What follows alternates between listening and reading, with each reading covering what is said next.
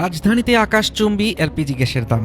সরকারি সিদ্ধান্তের পর 12 কেজি সিলিন্ডারের দাম এক লাফে বাড়ল 387 টাকা। এই দর বৃদ্ধির খবরে ঢাকা জুড়ে শুরু হয়েছে প্যাকিং বাইং বা আতঙ্কিত কেনাকাটা। পাম্পগুলোতে দীর্ঘ লাইন আর সরবরাহ সংকটে দিশেহারা সাধারণ মানুষ। সাত সকাল থেকেই রাজধানীর ফিলিং স্টেশনগুলোতে এই দীর্ঘ সারি।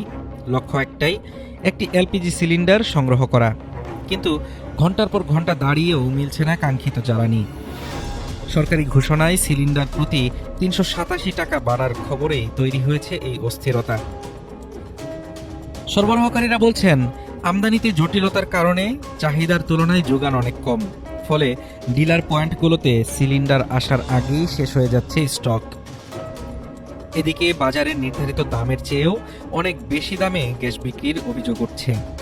অনেক এলাকায় 1500 টাকার গ্যাস রাতারাতি 2000 টাকায় ঠেকায় ক্ষোভ প্রকাশ করেছেন সাধারণ ক্রেতারা। বাজার বিশ্লেষকরা বলছেন, মধ্যপ্রাচ্যে ইরান, ইসরায়েল ও যুক্তরাষ্ট্রের মধ্যে চলমান সামরিক উত্তেজনা বিশ্ব জ্বালানি বাজারকে অস্থিতিশীল করে তুলেছে, যার সরাসরি প্রভাব পড়ছে বাংলাদেশের মতো আমদানি নির্ভর অর্থনীতির উপর। সরবরাহ রুটগুলো অনিরাপদ হয়ে ওঠায় বাড়ছে জাহাজ ভাড়া ও বিমা খরচ। সরবরাহ স্বাভাবিক না হলে এবং আন্তর্জাতিক বাজারে অস্থিরতা না কমলে এলপিজির এই ঊর্ধ্বগতি মধ্যবিত্তের রান্নাঘরের উপর চাপ আরও বাড়িয়ে দেবে বলে আশঙ্কা করা হচ্ছে। হাফিজ রহমান তুষার, ঢাকা টুডে।